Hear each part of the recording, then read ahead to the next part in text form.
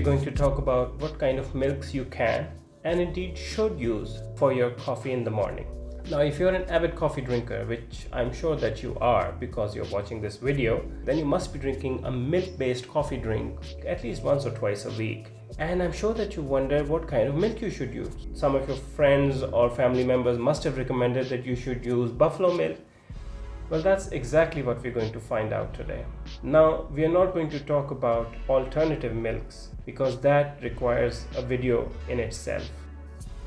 So here are the three kinds of milks that I'm going to try today.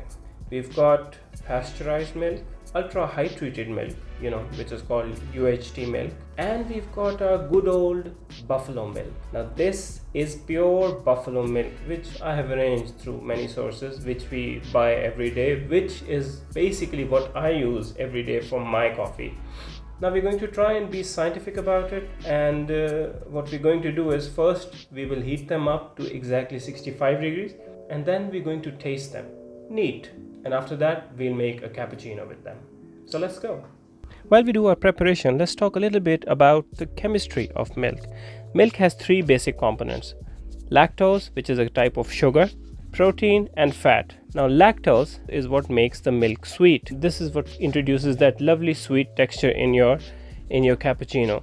Now if the temperature is too high, you will not be able to taste these sugars, rather only the hotness of your drink. Next comes protein. When your milk is cold, the protein is basically in a ball form. At about 40 degrees, it starts to untangle. These proteins uncoil to produce a hydrophobic and a hydrophilic side. In other words, one side loves air and the other side loves water. When you start to introduce air into your milk, the proteins start to stick to the air bubbles and start to form a lovely foam on top. Now, if the temperature is too high, this molecular formation breaks. You lose your foam and your milk starts to taste like an egg. And these protein molecules act as surfactants. Surfactants are the molecules present in any substance which sort of help in developing a relationship between air and liquid. Now the third comes fat. Now the fat is what determines the thickness of the milk. It also determines the quality and the longevity of your foam, of the foam present. If there is less fat, if you've got fat-free milk or if you've got low-fat milk, you will tend to notice that the foam starts to disappear very quickly.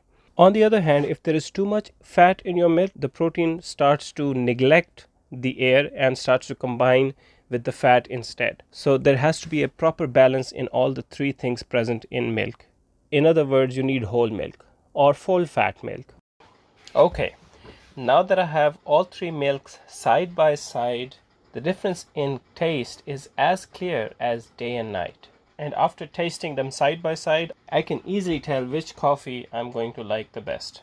Now, for consistency, I have heated each milk to about 64 to 65 degrees. So they're almost exactly the same temperature. And secondly, for creating froth, I'm using the same French press for all three milks, and I'm going to use the plunger for exactly 15 seconds.